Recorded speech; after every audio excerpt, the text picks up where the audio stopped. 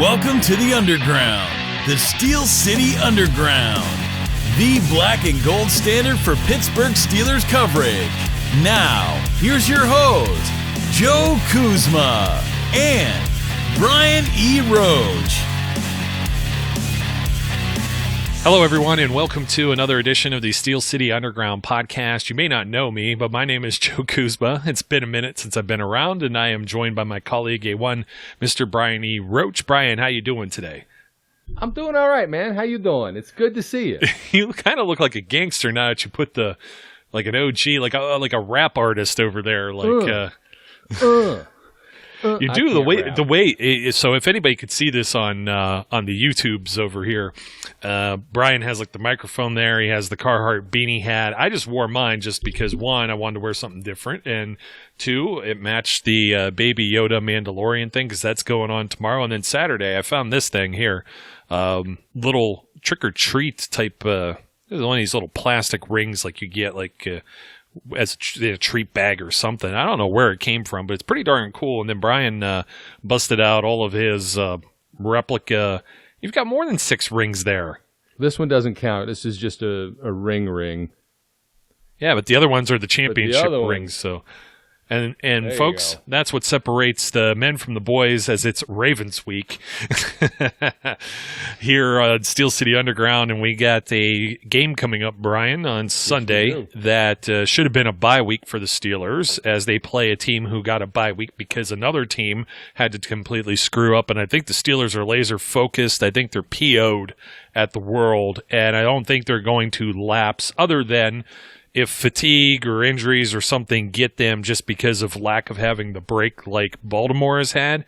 But we've seen teams come out of the break also a little sluggish, unprepared, maybe even full of themselves, maybe overconfident. My opinion on this coming in with the Steelers being 6-0, I don't think they're full of themselves yet. That may be a week later, especially if they come out with a victory here on Sunday in Baltimore, which will have fans for the first time there as well this season. And I'm sure their fans are all, geeked up and ready to go. 5-1 Ravens need to climb back into this thing because they're trailing the Steelers. And you know what? They really can't afford themselves to drop a game in the division, even though they've got one already on the Cleveland Browns. But the Browns are sitting there at 5-2 as well, with everybody has a chump schedule, you know what I mean? They're playing the NFC East, so you just can't be like some other team's going to take care of business. Everybody's going to have to take care of business themselves in this division, and I think the Steelers are going to be primed and ready to do that just based on, what, they could have been just ticked off last week and really mad about what Tennessee had done to them, and they wanted to make a statement. A lot of people were saying when they were going in and playing the Browns, hey, this is finally they're going to play a real opponent. Oh, no, not yet. And then all of a sudden with Derrick Henry and Ryan Tannehill steamrolling everyone, now you get everybody saying the same thing. Now Baltimore is going to be the real opponent, not Cleveland, not Tennessee. I'm rolling my eyes too the same way. And I just think with missing the bye week, having everything rearranged, and knowing the way that this team, losing in overtime last year, not having Ben Roethlisberger for either game, losing in overtime, losing Mason Rudolph, having to play with Duck Hodges for the full second game with a whole bunch of injuries in the final week of the season, and getting drubbed by a bunch of Baltimore's backups. I think a whole lot of that is not going to be sitting well as far as knowing that you have to take care of business within the division. I expect the Steelers to come out the same way they did against Tennessee with a fire lit under their butt. Yes, I completely agree with you. This is what I have to say for the folks who are going, oh, well, Tennessee wasn't the challenge. Now it's Baltimore. I just want to say this. That's right. We now complete with sound effects. We're upgrading everything around here. Yes. Look, I'm telling you, it's going to be okay.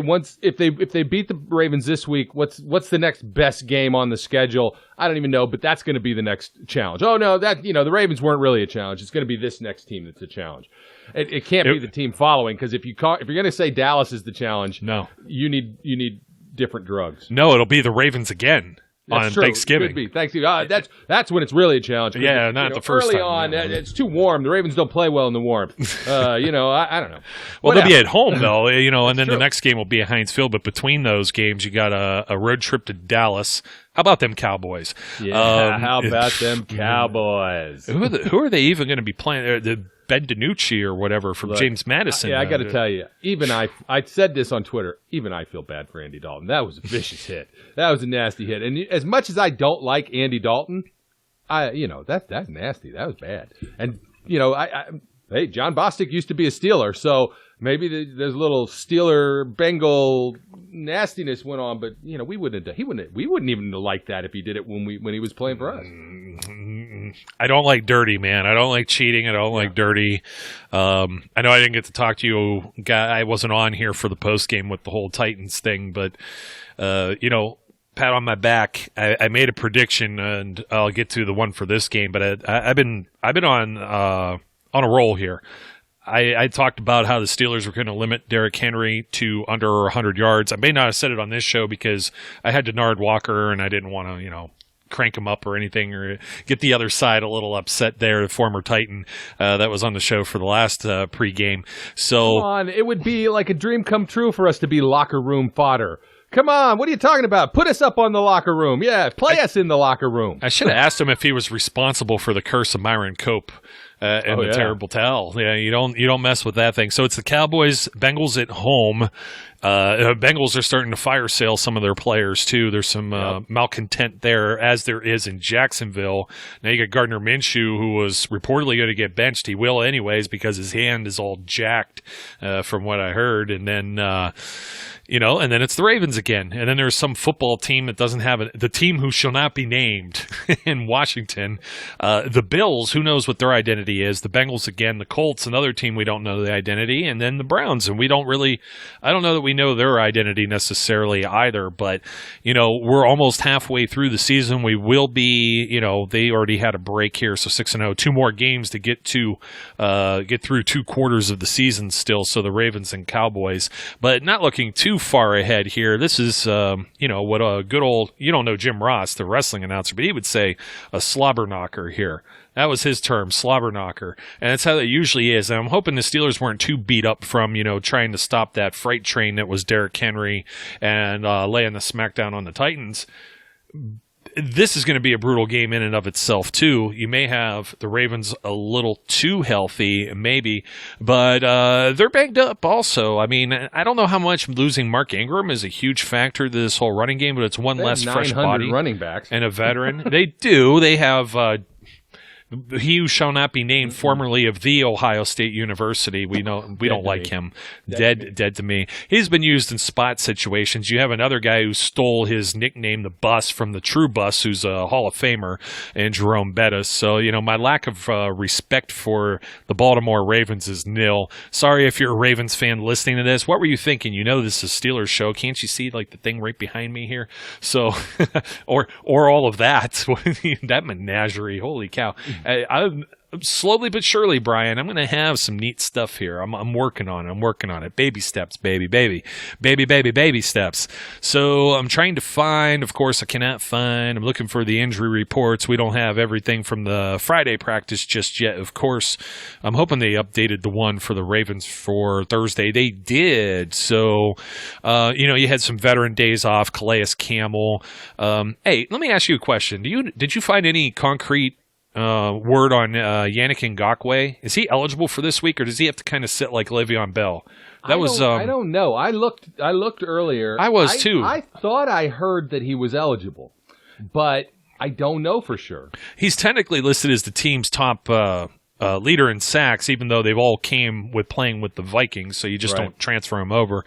And then Calais Campbell had 3 last week, whatever pretend game or not last week, but the week before when they played Philadelphia, which it's not very hard to sack Carson Wentz with all of his offensive line gone, and not gone from COVID either, just gone. We've got quite the Vegas Raiders there.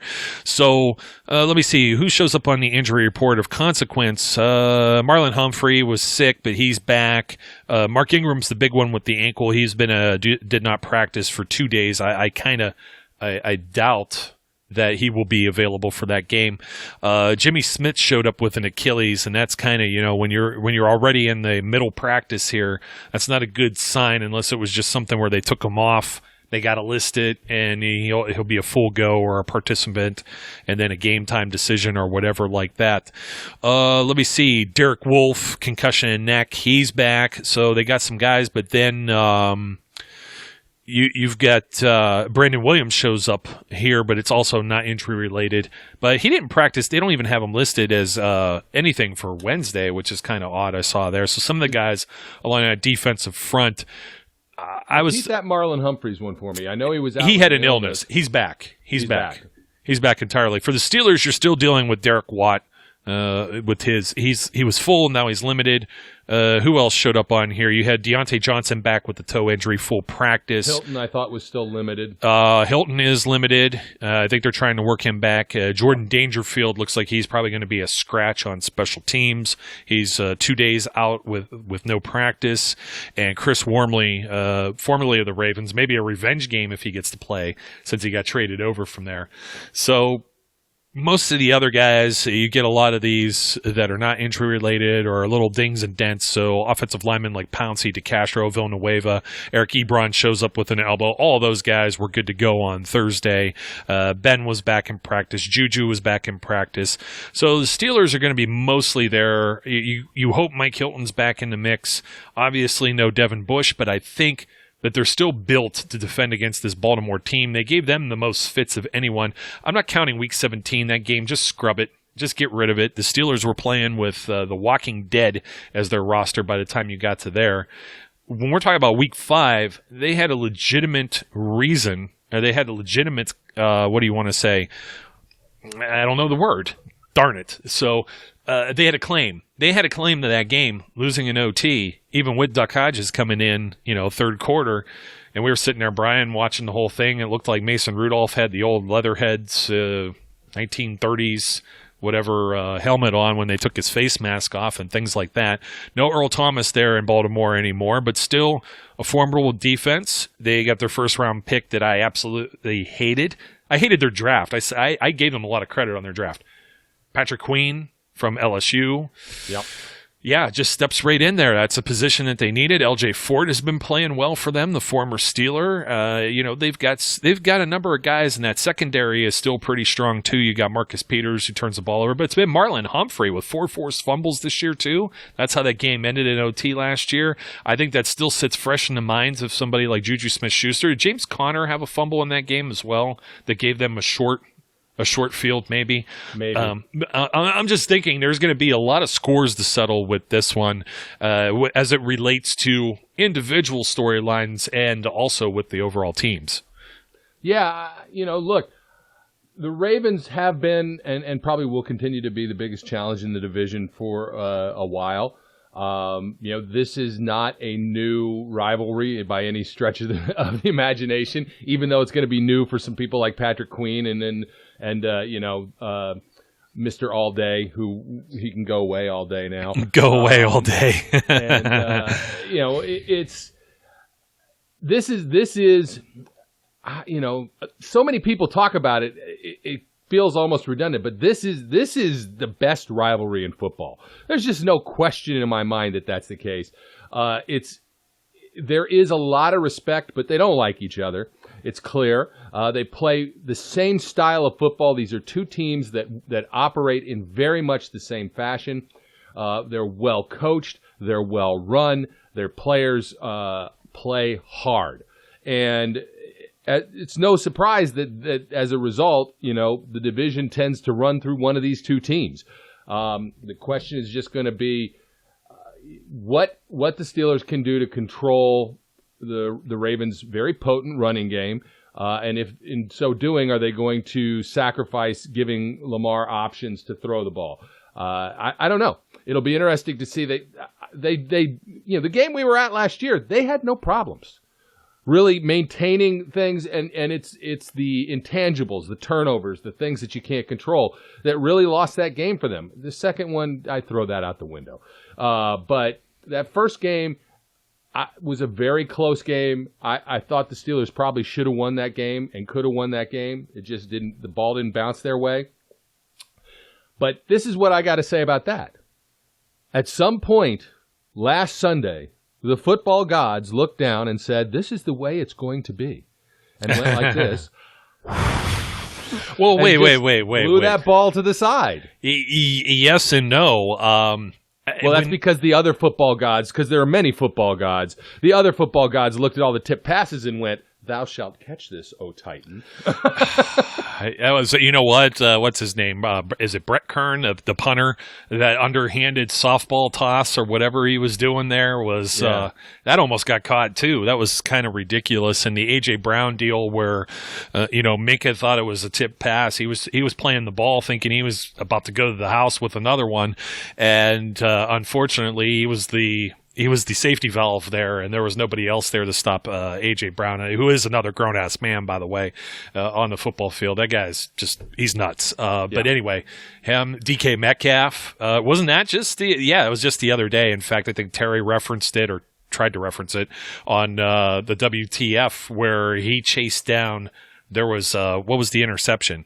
Russell Wilson threw a pick, and DK Metcalf ran like a cheetah all the way down the field. And I remember we were all about that, but we got our own DK Metcalf now with Chase Claypool. Yes. I think he will be involved. Yeah, it doesn't really matter who's involved. If you got to guard that guy, Juju is getting it done, which is what happened last week. Deontay getting it done. James Washington still moving the sticks. Still no answer for Eric Ebron there and all that mix too. There's just a lot to cover.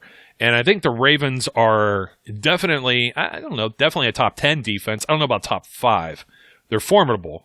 And they have a pass rush.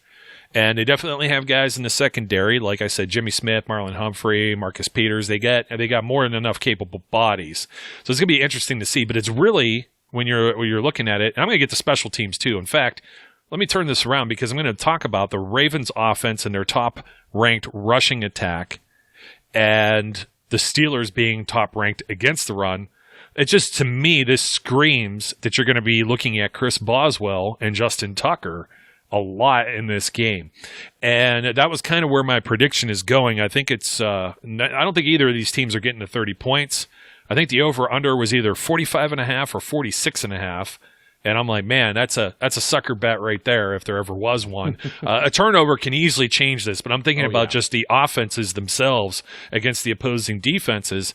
It might be some tough sledding in either direction, where you're going to have a lot of both sides thinking the same thing. We want to hold on to the ball and possess, own the time of possession, not make any mistakes or errors turning the ball over. And we may just leave it up to these guys that can kick 50-yard field goals. Of course, I think Boz has missed a point after, and Tucker's missed just a field goal. But otherwise, they've been both have been perfect. Unlike Gostkowski, that's why I wasn't, overly concerned when he was lining up out there. And I was like, how many yards is that from? Nah, that's a sucker bet too with that guy. In fact, if they haven't burned the town down over him yet, he missed like 3 in the first week. I mean, it was something just ridiculous, and they've still skated by undefeated up until the Steelers beating them last week. But I see a lot of similarities with both of these teams when they match up. And I got to get my official prediction here, but it was something to the effect of, I don't think either one of them get to 30. I think this is a good old classic slobber knocker, slugfest, Donnybrook, whatever you want to call it, between both of these teams. A rather low-scoring event. Doesn't mean they can't both get to 20-ish, but I just don't think that they go over the hill and one of them is going to be like 30-20 or anything lopsided of a blowout. I just don't anticipate seeing something like that. There's been a lot of these games. There's a few outliers here or there, but for the most part, between the Ravens and the Steelers, you're talking about close, maybe one possession games. And I'm gonna quote something here since you mentioned it, so I don't forget. We're talking about specialists. We're talking about, I'll talk about Sean Sweesham. I had brought to him the Steelers the one year, I think this was 2012 or 2013, did customized terrible towels where they had the logos of the opposing teams. They had both logos, and it had the date of the game, and you could buy one for each game. It must not have been very popular because they didn't do it. They haven't done it since. But I remember bringing that to Sean Sweesham for a very specific reason. It was the one in which he kicked a game winner on that specific date, that specific game, as time expired. Mm-hmm. And he took a look at it, recognized it, and he had said, man, there's a lot of teams, teams play hard. We know the football is family type thing, but he looked and he goes, this is a team, they genuinely hated us and we genuinely hated them. Yes. And that's what you're going to get on Sunday. Absolutely. There's no doubt about that. So you can't argue. I mean, you just can't argue with it. Look, I think you're pretty dead on. The way that this rivalry runs is it's very rarely. I mean, Joe Green's retirement ceremony, they blew him out. That's like the one time I can remember it was really, truly a lopsided game. Ben throws 6 touchdowns. It's crazy, right? I will say this. Ben can't be the way Ben was last week. Ben can be first half Ben, but he can't even really be first half Ben. He can't try and feed that ball the way he did to Deontay Johnson through, a slot that's not quite as big as the football. He's got to take care of the football this week. Well, wait a minute. This is a different team. What about the one that he lobbed almost like Brett Kern over to Eric Ebron? Yeah, he can't do that crap. And then he threw one. he threw one like he was, like Michael Jordan behind the back pass, almost the James Conner backward pass that lost a bunch of through the first 5 games of this season. Ben has been very careful. He has made smart reads. He has made good decisions, and very rarely have we gone, "What the heck was that?" But something, crazy gunslinger Ben showed up in Tennessee. Crazy gunslinger Ben needs to not show up in Baltimore. I'm just telling you, leave that guy back in Pittsburgh. He can play against the Bengals. I'm okay with that because they ain't got no damn team. But he can't play this week. This has to be the Ben from the first 5 games. That he's got to take care of the ball. James Conner, who almost fumbled against the Titans, can't fumble the ball. That if there's one thing that these guys have to remember from last year, what cost them the game? Turning the ball over. They cannot turn the ball over. If they don't turn the ball over, then I kind of like our chances. I just don't like the chances. Shot. I love the chances. I really do. I really think. I think, despite their record, okay, I understand that the Ravens, walloped the Cleveland Browns in that first game of the season. They walloped the Houston Texans. Does that sound familiar? They got smoked by the Kansas City Chiefs, though. And they tried to play. Now, you want to talk about it being aggressive. Obviously, the Steelers came out aggressive. Not only Ben, but they took the ball first, winning the coin toss last week. And we saw the shots that they made, and then everybody's like, "Oh, Randy Fichtner, he doesn't know how to adjust." And look what Ben was doing there. Now the one he threw before halftime, I mean, you're throwing a dart, trying to see something fall, something sticks. You put more points up. Would I've liked a little something different? I would like more time on the clock too, but I don't get everything. By the way, even to get in that situation, I tweeted this out. Mike Tomlin and his clock management. On right on this money, man. And they had burned a timeout just randomly earlier, in the first quarter. Ben burned one early. The 2 that he used there were perfect in order to get them one of the scores, and then they even had a chance with the ball again, with 14 seconds left or whatever it was. So that was great stuff. But they had the pedal all the way down to the floor. That's what bit the Ravens in the rear end when they played the Kansas City Chiefs. They're thinking, man, we got to score a lot of points because this team scores a lot of points, and it's trying to keep up with the Joneses, as the cliche goes. And I think that kind of snuck up and got them. Now you look at some of the other teams. Everybody wants to say, "Oh, well, that's not the real opponent." Let's take a look at these other teams, though. They beat the Washington football team 31-17. They beat the Bengals 27-3. Those are some real class organizations going on right there. And then we combined with the Texans, who don't have their coach anymore, and then the Eagles, who almost came back and won, which then we got to say, aha, see everybody, you were talking smack about the Steelers and saying, well, this isn't really a good team because the Eagles hung in with there. Well, Eagles are well coached. They're just half their team's missing. So it's just one of those things where I think these 2 teams clash, but I still like where the Steelers are. And I know everybody's out there saying, you know what, Ben and Lamar haven't played each other yet. That's not actually true.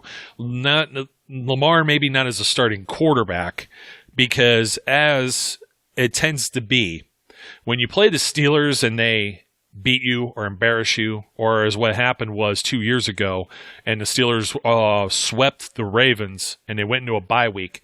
They said, bye-bye, Joe Flacco. Mr. Elite, yeah. Joe Flacco. Remember when he was elite? No, I don't either. I do remember hearing that. I don't actually remember it occurring, but I remember hearing it. Yeah, so Lamar was used in a running back kind of gadget play scenarios. We saw it. Actually, no, they didn't sweep them, did they? Because the other game, that was the one me and you went to that was disgusting in like week 5. Yeah. But Lamar didn't really do a whole lot then. That was his rookie year. It was the second one where the Steelers win and sent them into their bye week. They won on the road in Baltimore, and they scrapped everything and turned their season around by making him the starting quarterback. And now you see what they did last year, but no Ben Roethlisberger. So as a starting quarterback, both of these guys now are seeing each other for the first time, and I guess that's going to be the interesting storyline here.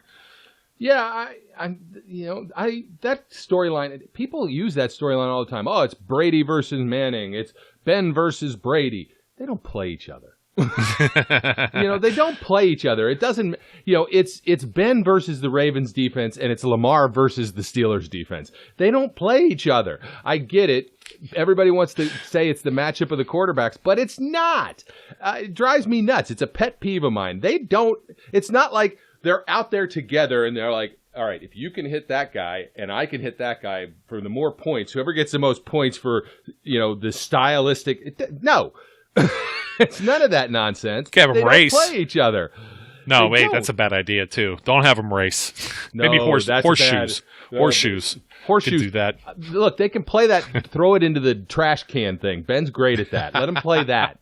But I get it. In my mind, it's going to be the quarterback that protects the ball better, manages the game the right way. This is and maybe takes advantage of what is given to them, not trying to force it. I like this. Look, the Steelers defense is so damn fast. I know Lamar's fast. I get that he's fast. So is Bud. So is TJ. So are a lot of these guys. They're fast. And, I just don't know that he's going to be able to take the same kind of advantage of them that he has been at times. I haven't paid attention. I'll be fair. I haven't paid attention to what his stats have been looking like, and whether he's winning games more with the arm or the leg, or it's just a combination of them. Because I don't like looking at Raven stats. It makes me want to vomit. So I like our chances in the game. I'm not sure I'm as confident as you, simply because it's one of those games, right? It's an AFC North game that you never know what's going to happen. The way the ball bounces, it can go any way.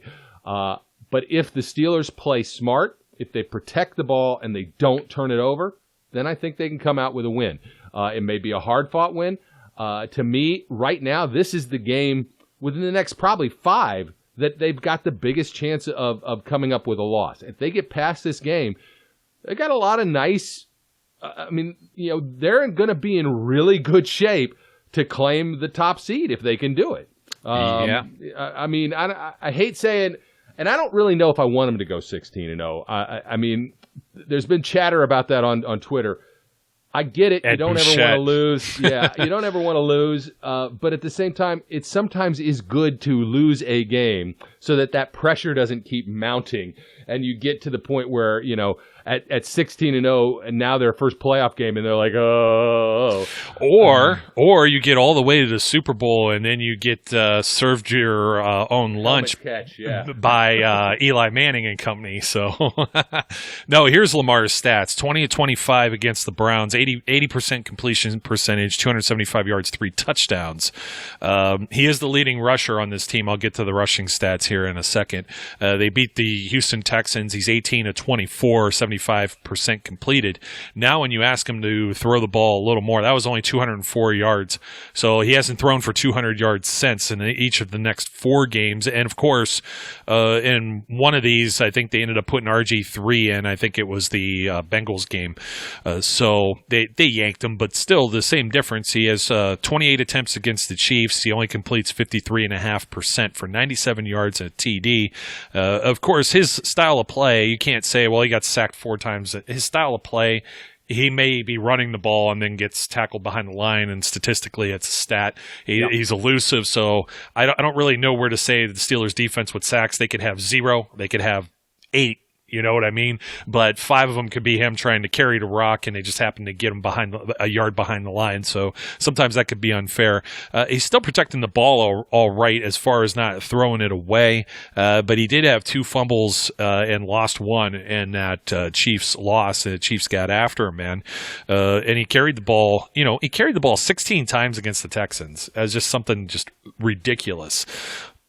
But his completion percentages, okay. In Washington, he had 66% complete, 2 TDs, 51.3 against the Bengals. 51.3 against the Bengals. Against the Bengals, man, and he threw 2 TDs and a pick, only 180 yards. And then last week or 2 weeks ago, I keep saying last week, but you know what I mean. Their last game against the Eagles, just under 60%, 59.26, 186 yards, 1 touchdown, no interceptions.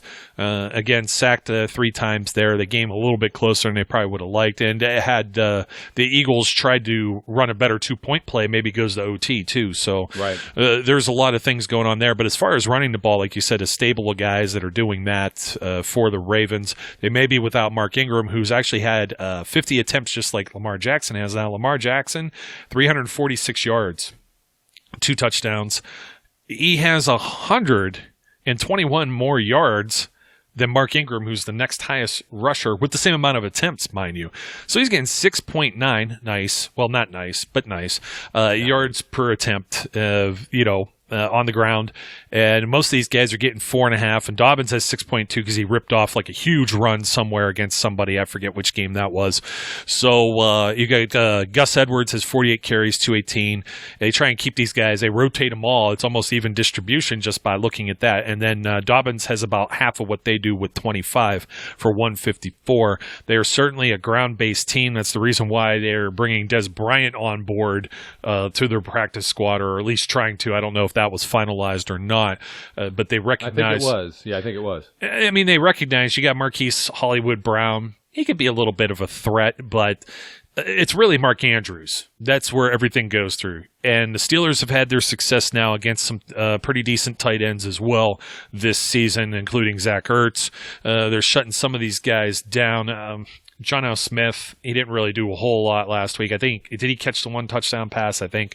But it was a little short pass, a little extended play.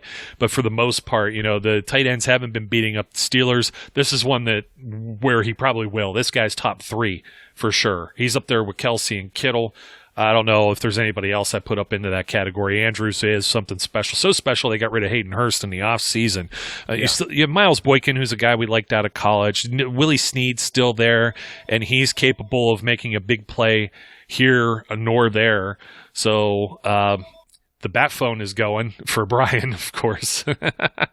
I think he just muted himself trying to figure out where that was coming from. But anyways, just the running statistics, this is still a team that's almost had 1,000 yards on the ground in 6 games composite over all of the different men in their backfield that end up carrying the football. So with or without Mark Ingram, it's still going to be a threat. But they do match up against the Steelers team who, like I said before, we've said it on the show, Saquon Barkley, David Johnson, Miles Sanders, with the exception of one big run, Melvin Gordon, and now Derrick Henry. And I think Derrick Henry is the one where it really opens up your eyes and you go, well, whoa.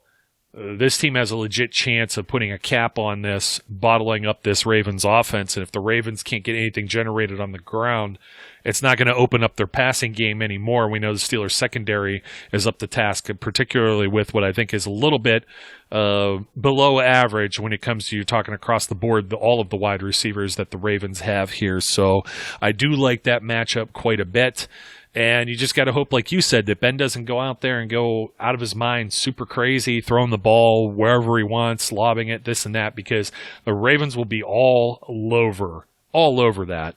You don't put the ball on the ground, they'll have it. I mean, it's just one of those things. I mean, the interesting thing to me is, because I'm very glad to hear that Robert Spillane is not actually hurt, is this is the kind of matchup that his style of play, I think, fits. We could see. I mean, I know. Look, I think Ulysses Gilbert was on there with a back today. Yeah, forgot about that. So I think it depends on what happens, whether he's a full participant tomorrow or not. But if Robert Spillane is going to get a lot of play in this game, which he very well might, that could very well turn how they go and attack against this Steelers defense. And if they feel like they have to throw more because the offense is designed to run, I actually not terribly afraid of that. I feel like they've got a good scheme to figure it out. Rush has to get home. That's the thing. You've got to get him uncomfortable in that pocket. You can't let him sit there and pick you apart. That's true of any quarterback. But it's you get this guy running, and the accuracy dips. So I think we can agree on that. The rush has to get home, and I think that it can. TJ's just playing such out of his mind ball, and so is Bud. Yeah, Bud. I'm they're neck and neck right now. If you haven't gone and watched Bud's Got a Buddy, or Bud Brings a Buddy with Cam Hayward, you have to watch that episode because the grown-ass man and another grown-ass man are on that episode. Anyway, I love it.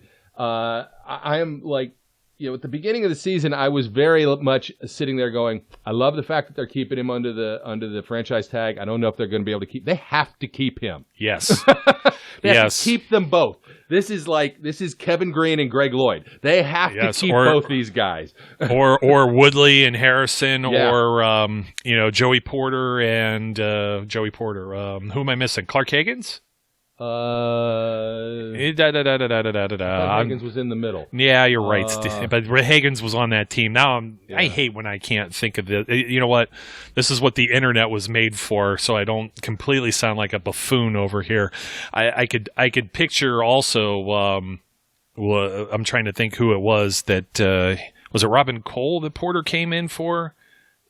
That was his predecessor. That's what I'm trying to think right here. So let me see. I am going to find this out. But I hate when those things. Yeah, it's your usual tandem of edge rushers when the Steelers get them on the field for a few years together. It really is something special, and it's unstoppable force. Yes, they're both young. You lock these guys up for another nice contract.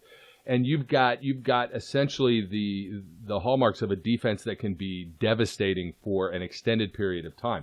Some people. Jason Gilden. Jason Gilden. Yes. How can we forget DJ? Because he's such a quiet. He's such a quiet guy. You could think of Greg Lloyd and Kevin Green and Joey Porter's running his mouth, and you see TJ kick the air and Bud. I've met him twice, so I should have known. And then there's Jason Gilden, only the guy who led the team in sacks until another 92 took the lead. Yeah, it blows my mind that he just doesn't pop into my memory right there. Like he should be up front. And in fact, the year I pulled out, that was Peasy's Pro Bowl year, along with Gilden, and Peasy was an All-Pro. They each had 9 sacks, not even double digits in that same season. That was back in 2002, by the way. And then Clark Higgins had 6.5. So, and I kept thinking in Aaron Smith, and there's all kind of great names here. Kendrell Bell, Lee Flowers. Okay, maybe not so great. Chemo's on here. Casey Hampton, the big snack. Mike Logan, James Ferrier, Dwayne Washington, Deshae Townsend, Larry Foote, Chris Hope, Hank Poteet, and famous Amos Zaraway. Even though he didn't play defense, I just felt like saying that. And one more that was a favorite of Myron Cope, rest his soul to say, Chris Fuamatu Mafala. Oh, Foo. Yes, foo, and more foo. But just don't call him foo, and that you might get messed up a little bit. So, man, some great names, just reminiscing. And the real bus, of course, was playing here. Yeah. So, Jerome Bettis. Well, Brian, I think that about seals the deal there. What were you thinking? I'm thinking under on the over-under, and I'm pulling for the Steelers. 3.5 is the line, of course, to the home team, which is pretty standard fare there. So I think it's going to be that close. I think they're both sucker bets. I'm not going to tell anyone this week to go out and essentially bet the under or bet the over. I think that one's too close to call. I think there's a very good chance this hits the under, simply because these are two really good defenses, and I think that the offenses are going to play cautiously. Who knows? We'll see. But so the under is where I'd go. I think this is a tight game. I think it's less than 3 points, so I wouldn't bet I wouldn't bet this spread. I wouldn't bet this spread at all. I'd run away from this spread. I think the Steelers can win. I think they can go to 7-0. But as I said, I think they just have to play smart. This is the game. If you're not a little nervous about this game, then you don't know the history of these two teams. So it just is what it is. Yeah, this is the one where it will make you incredibly nervous for the duration. You'll probably be going crazy the whole time, and I can't blame anyone. I will not sit through the entire game. No, it doesn't work like that. Even when I'm even at home at halftime, I'll be wandering around. Yeah, I wander around even like with the couch here and the TV. I'll wander. I have a nervous Nelly when it comes to football. It's like every single play I'm so glued into. And I mean, you mentioned I was traveling last week. I was sitting at a B-Dubs in Kentucky on my way back from Tennessee. No, I was on the other side of Tennessee. Over Nashville was on the other side of the state. And besides that, even if I did try to make the trip, the tickets were scarce and expensive. So that was unfortunate. And, that's just the way it is. Even before COVID, but you could at least maybe get an upper level seat in the 100-ish range, maybe in an away stadium with a team that doesn't have the fan base that's fully vested maybe all the time. That wasn't the case with this one, but I was, down in Lexington or something like that, and they had the Steelers not only on, but they were on. They were the big screen. It wasn't the Bengals and the Browns.